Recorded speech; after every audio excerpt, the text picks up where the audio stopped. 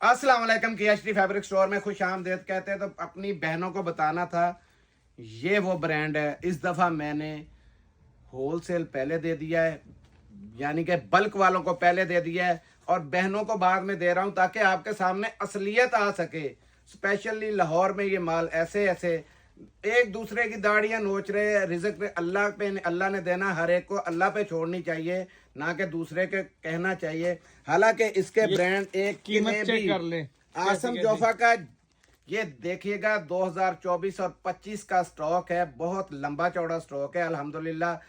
आपको इंशाल्लाह कल या परसों वीडियो अपलोड होएगी और उसमें रेट ना 3000 आएगा, ना उसमें 2500 आएगा, ना 2300 आएगा, ना 2200 आएगा। रेट ऐसे आएंगे कि आपके सामने असलियत खुल जाएगी कि वो जो एक दूसरे माल कौन सा ऐसा जरा की लग्जरी माल है, जरा दीदार तो करवाएं जरा इसका। ये दीदार इंशाल्लाह मैंने उसी वक्त कराना है। पूरा लग्जरी शेफून का और वही माल है जो आपने दूसरी वीडियोस में देखा है। वीडियो परसों लगेगी, यूट्यूब पे KHT फैब्रिक स्टोर लिखिएगा, वीडियो आ जाएगी। जज़ाकल्लाह, अस्सलाम वालेकुम रहमतुल्लाह।